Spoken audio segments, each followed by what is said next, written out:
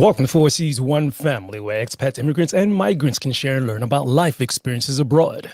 I'm your host, James Thomas, coming to you from Taipei, Taiwan, and I'm so glad to have you traveling along with me on this journey, and welcome to the show.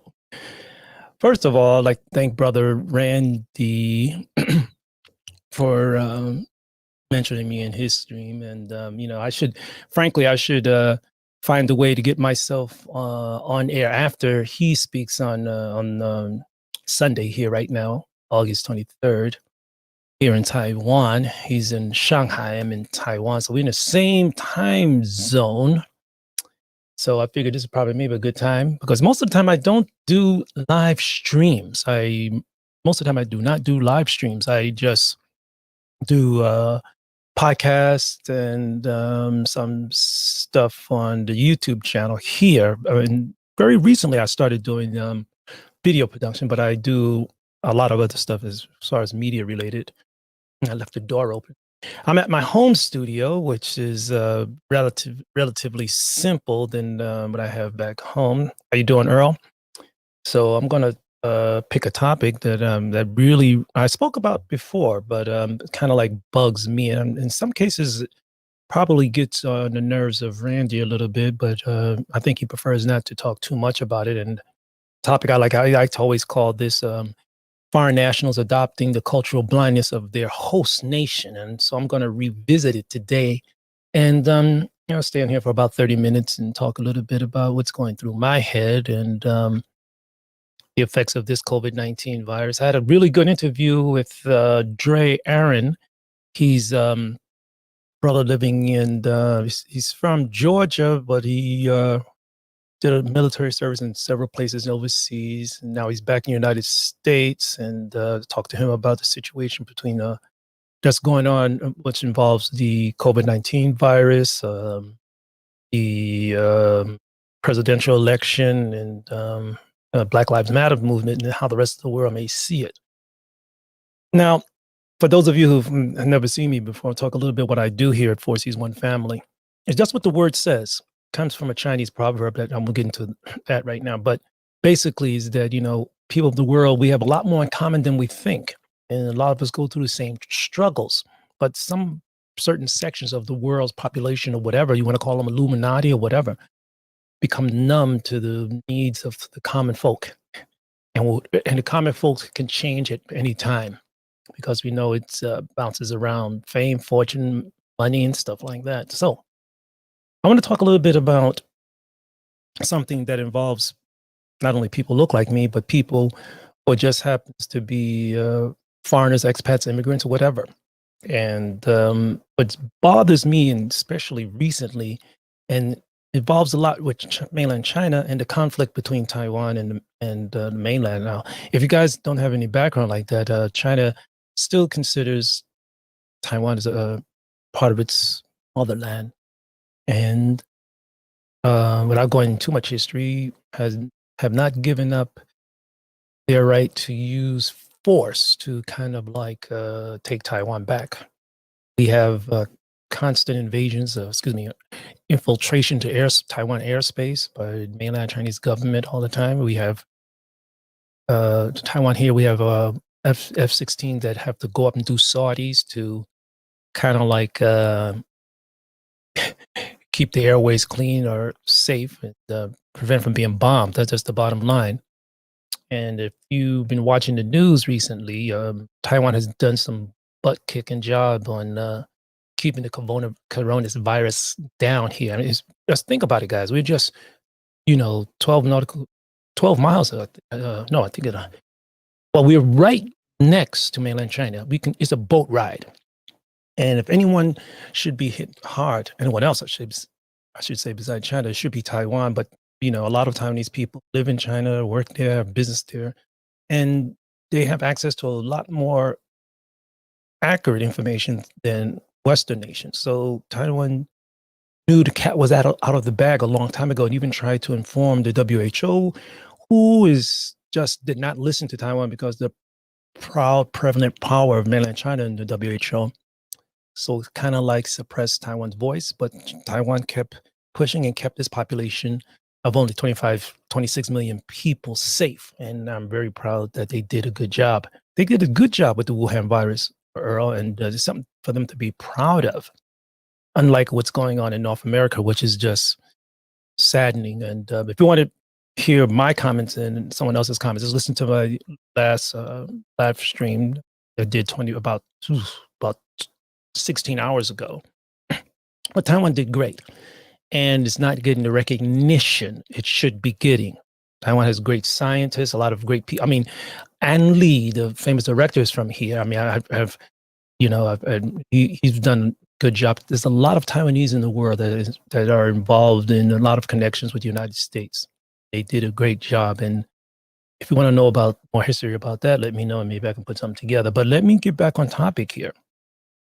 Now, what is kind of like bothering me is a lot of primarily mainland-based foreign national content creators who are on the narrative that the whole world is picking on China. I have to lower something here. My noise gate is a little bit too high. I'm getting some cutoff here.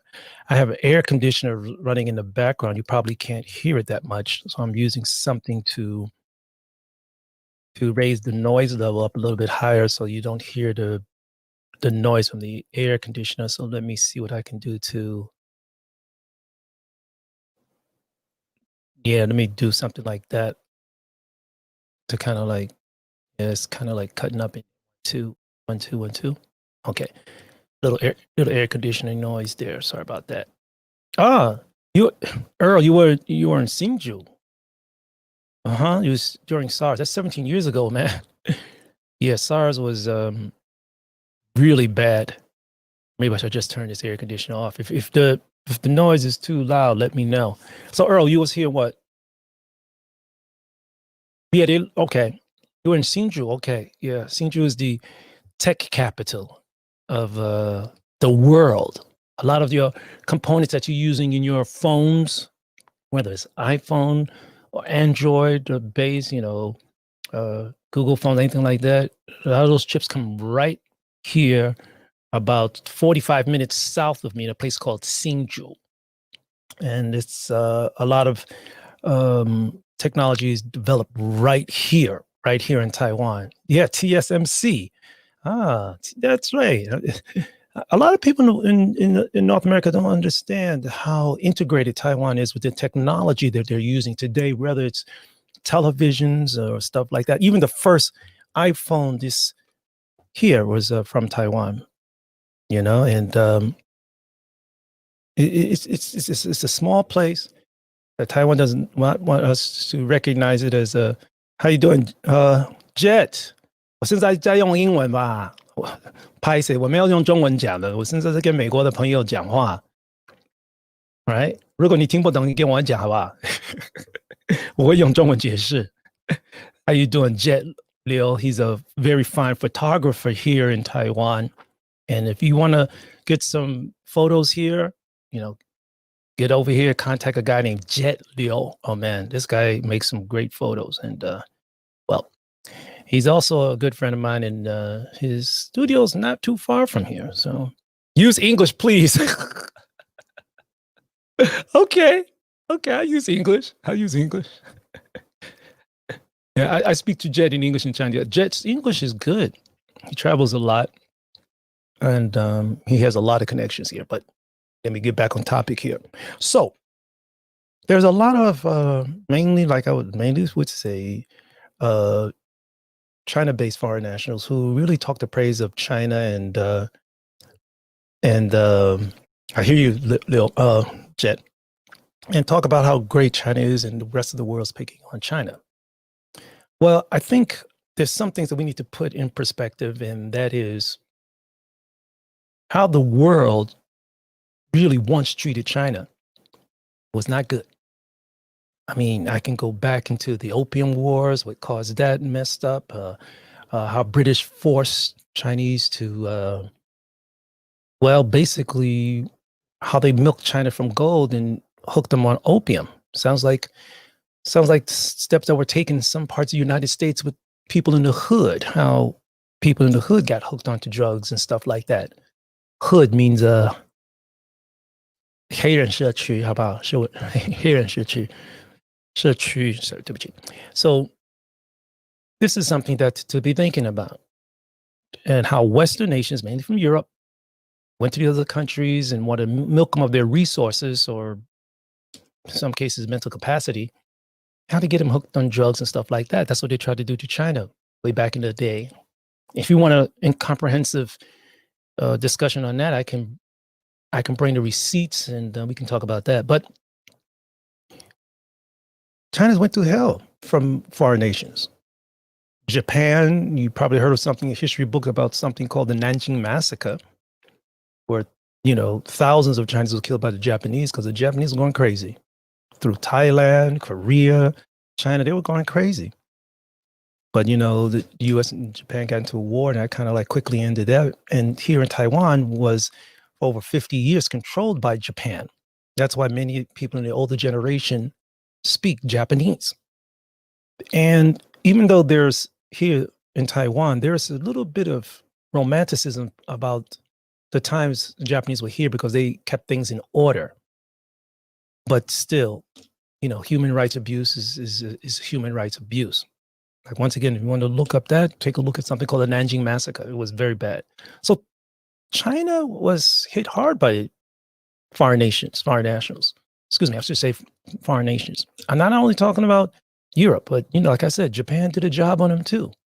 Because with the population China had at that time, there were, and also the geographical separation between the peoples of China.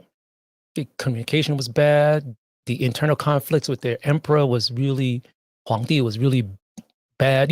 Anytime people are in control, they get a figurehead, and people keep these so-called leaders or emperors so far away from the common folk that they don't know what's going on. So they become like our present-day senators and manipulate things on a lower level and keep the king, well, not too much focus on the needs of the common folk. We see that in a lot of nations' politics. You can look at what's happening in the United States as a good example of what may be going on to a little bit. But the thing is that there's some kind of internal resentment towards other nations in many ways.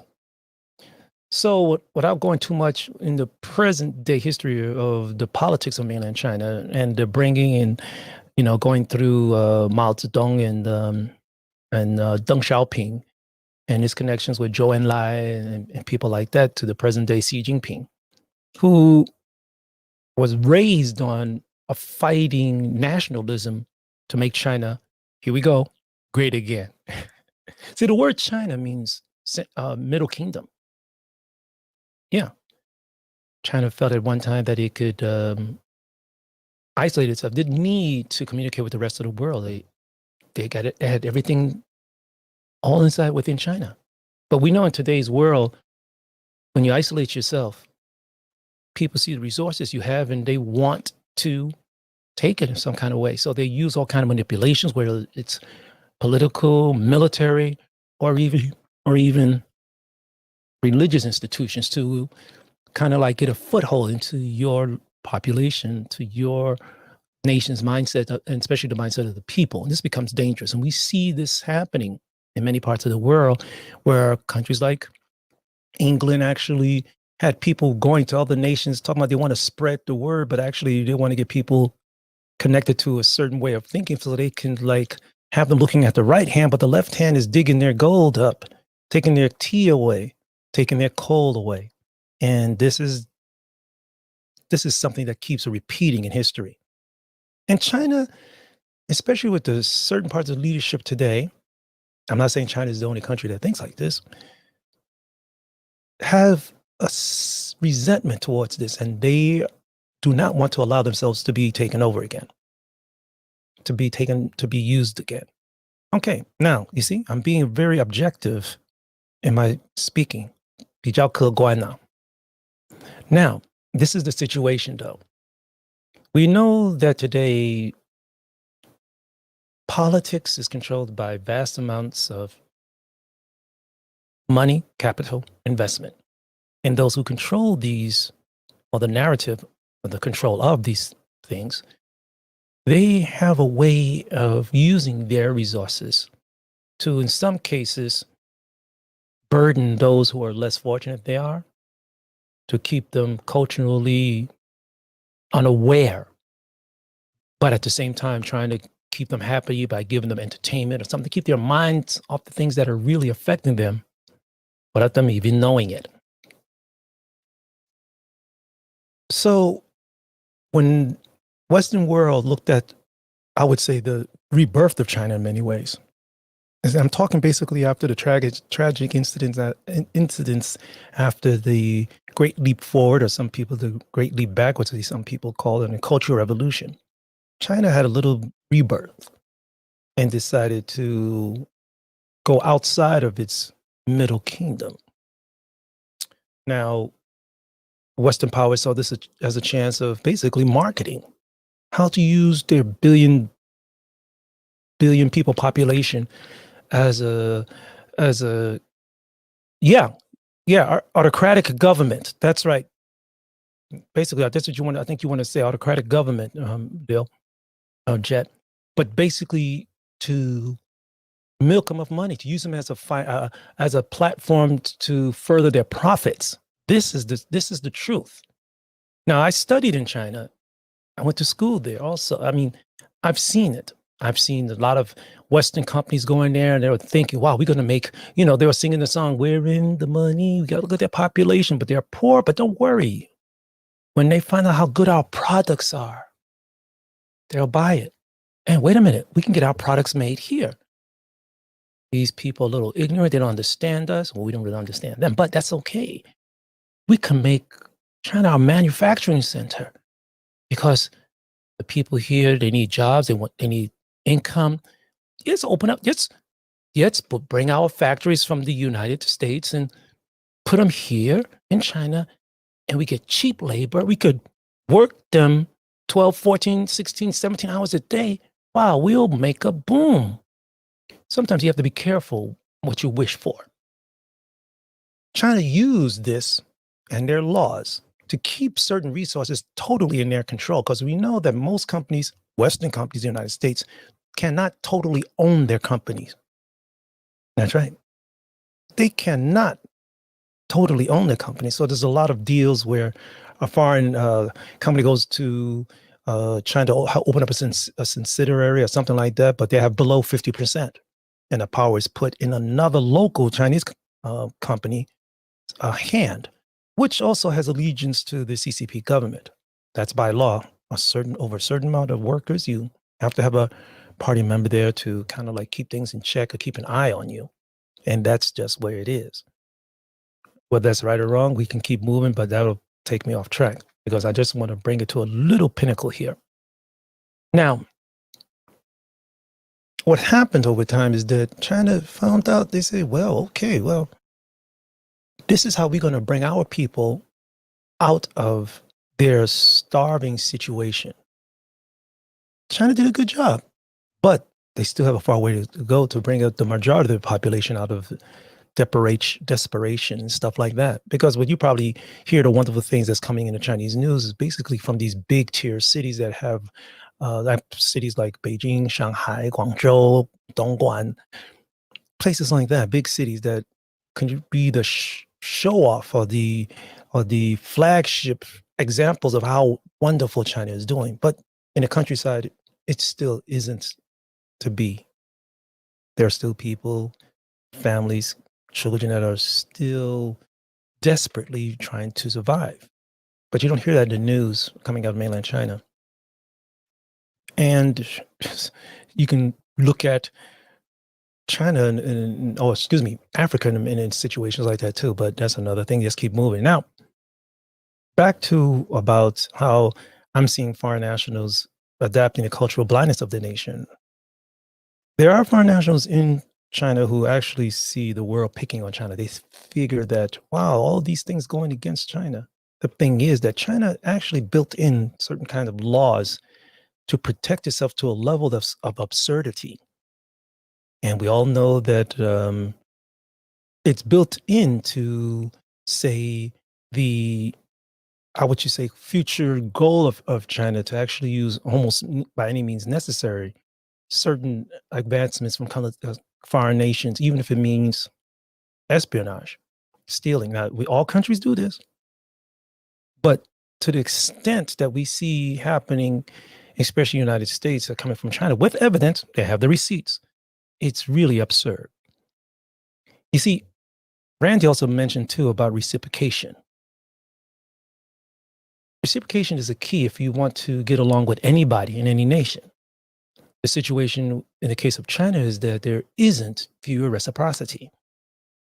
In business, trade, China has had the advantage in many ways by being able to declare itself as at one time, not a totally, how would you say, uh, economically powerful and viable nation. But by doing so, they were able to cloak themselves invisibly in many ways, while they were able to become able to take advantage of resources given to them by or allowed to them by Western nations, whether it was finance, access to certain finances, or being declared as an up and coming nation without resources. That's not true now. Look at China now has a aircraft carrier, have military stealth fighters, have experimental aircrafts, sending people into space. Is that a third world nation now? I don't think so. Now, what'd you say here?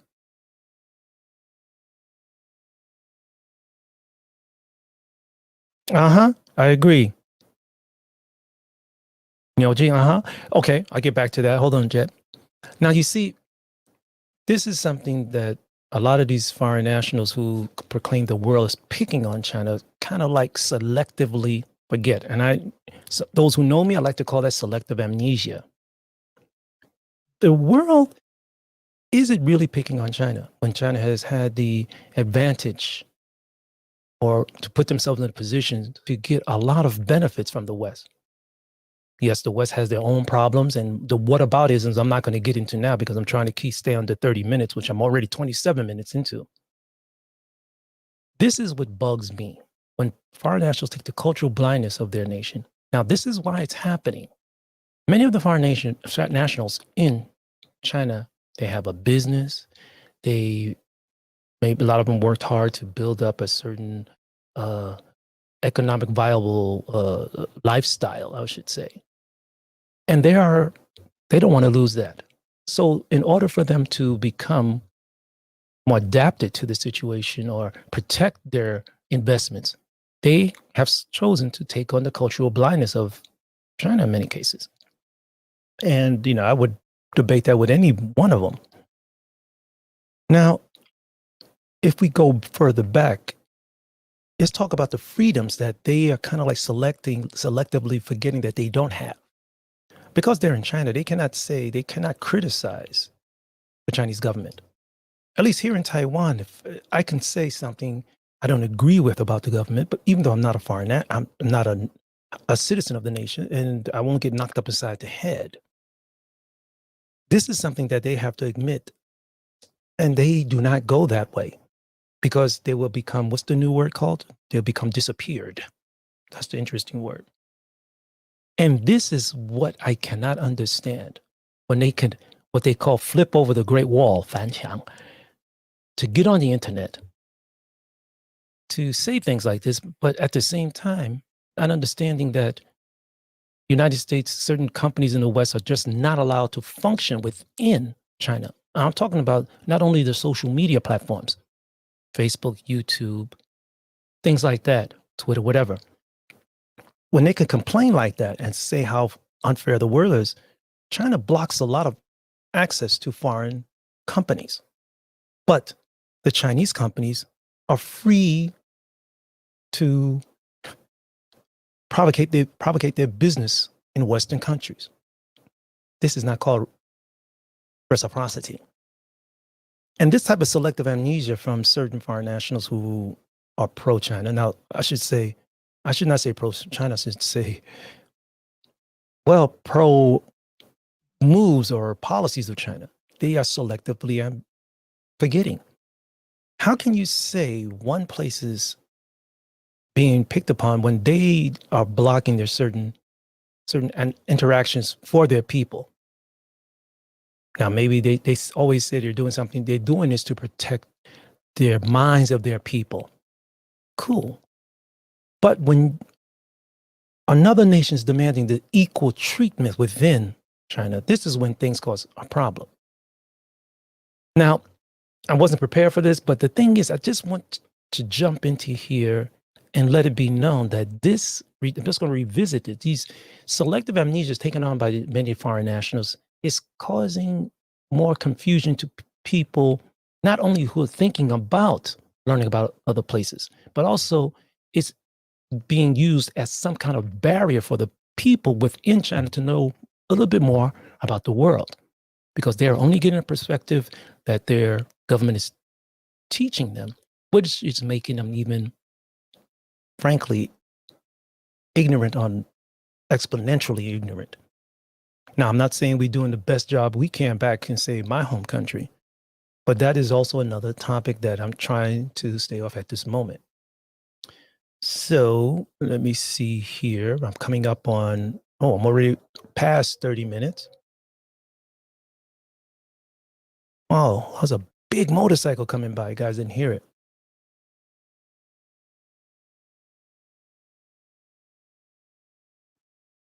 So Randy mentioned me in his stream, and Earl jumped in here, and I think we got about 2 or 3 people here, but I usually do not do live streams at this time, and maybe next time I could follow a more in-depth topic for you guys.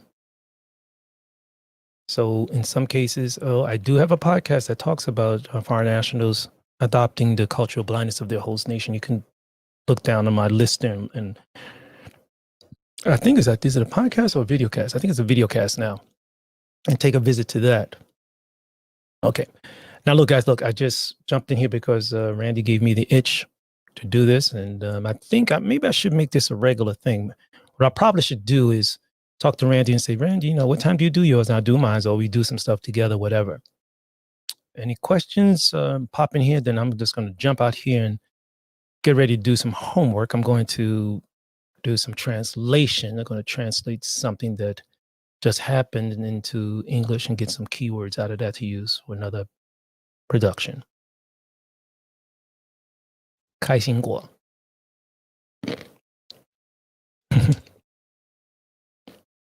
Okay, I'm going to get out of here. Thank you for the 3 people that jumped in there. And take care wherever you are. 一路顺风. Have a good day. Hey, take it easy, Earl. And yeah, China has major holding foreign companies. Yep. Very, very, very many. Okay. Earl, I think you in North America. So you better get some sleep, man. It's almost probably 4 o'clock in the morning. Peace. See you later, Jet. 再见.